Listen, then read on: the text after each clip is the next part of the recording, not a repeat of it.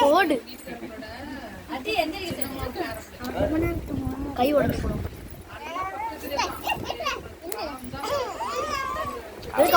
அவளுக்கு கோவம் வந்தீங்கன்னா புடிச்சு கடிச்சு வச்சிருவா. அப்புறம் அவளுக்கு கோவம் வரல, கோவம் வரல வந்தீங்கன்னா புடிச்சு கடிச்சு வச்சிருவா.